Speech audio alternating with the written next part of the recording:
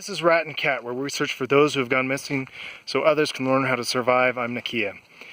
I've been filming up here in the Rocky Mountains in Colorado, about 9,000 feet here for the last week, working for a client. It's been a fun project, but haven't had as much time to work on a blog post for Rat and Cat.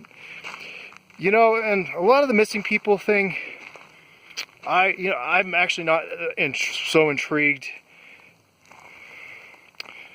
It's about the missing people necessarily. How do I say this?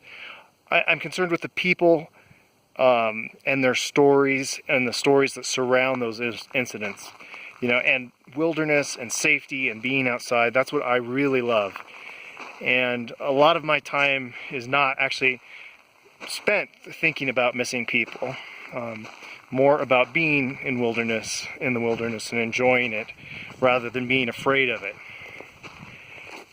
And I think fear is, as I've said before, is one of the biggest enemies. It can be a tool or a positive thing in our lives, but it can also be something that really hinders us, and having appropriate tools will help us survive and be more comfortable being out in the wilderness.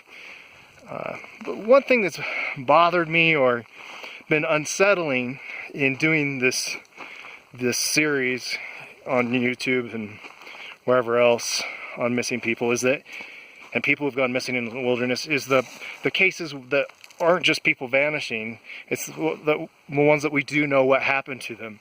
And there are far more of those than there are of the ones where we don't know what happened to those people. And those are really disturbing, because I have started in the spring working on an episode about people, a waterfall where a lot of people have gotten killed. And it's not too far from where I live, actually. And it's made me really uncomfortable because of all the murders that have happened there. And it's a complex story, so I haven't put the video all together yet. But murders, kidnappings, and other things. I didn't even go into assaults. But there was an attempted murder that I guess could be called an assault on a skier there. And so it's made me more aware wherever I am of not just being afraid or concerned. I don't want to use the word afraid, because usually when I'm out here I'm not really afraid, but I want to be aware and I want to be smart. And I think I need to be more aware about the clandestine things go, or clandestine ways people go missing. And on the one hand, I don't have to worry about that, though, because what I've realized is that a lot of those cases have to do with people who are really vulnerable.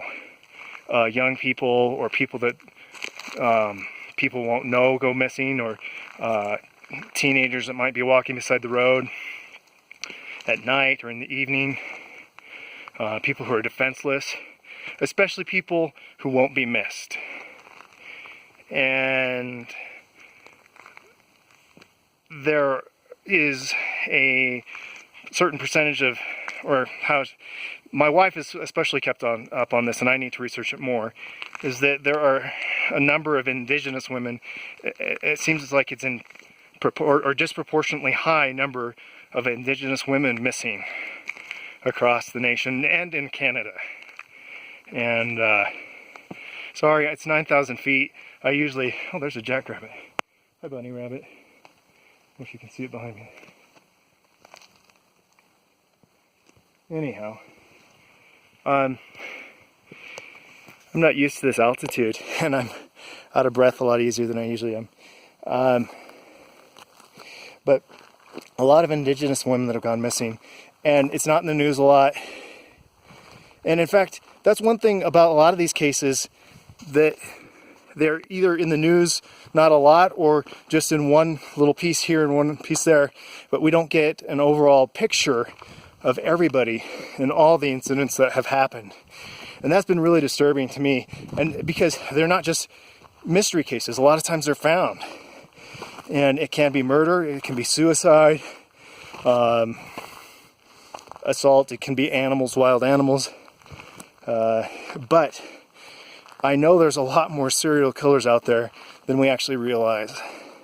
And again, I don't want to just create fear in people's lives, but I think being more aware of your surroundings and people who are especially vulnerable around you is a really big deal and important for each one of us to consider in our lives. And so if you know somebody, have a family member, your own kids, keeping an eye on them, having protection of some sort or another is important. And it's something I want to do a future episode on. These are kind of just thoughts off the top of my head, and I really want to explore them more. But I want to know what you think. Have you heard about these things? Have you considered these things? What do you do in your day-to-day life? And for most of us, maybe it doesn't really matter. Anyhow, leave your comments below, and I look forward to hearing from you.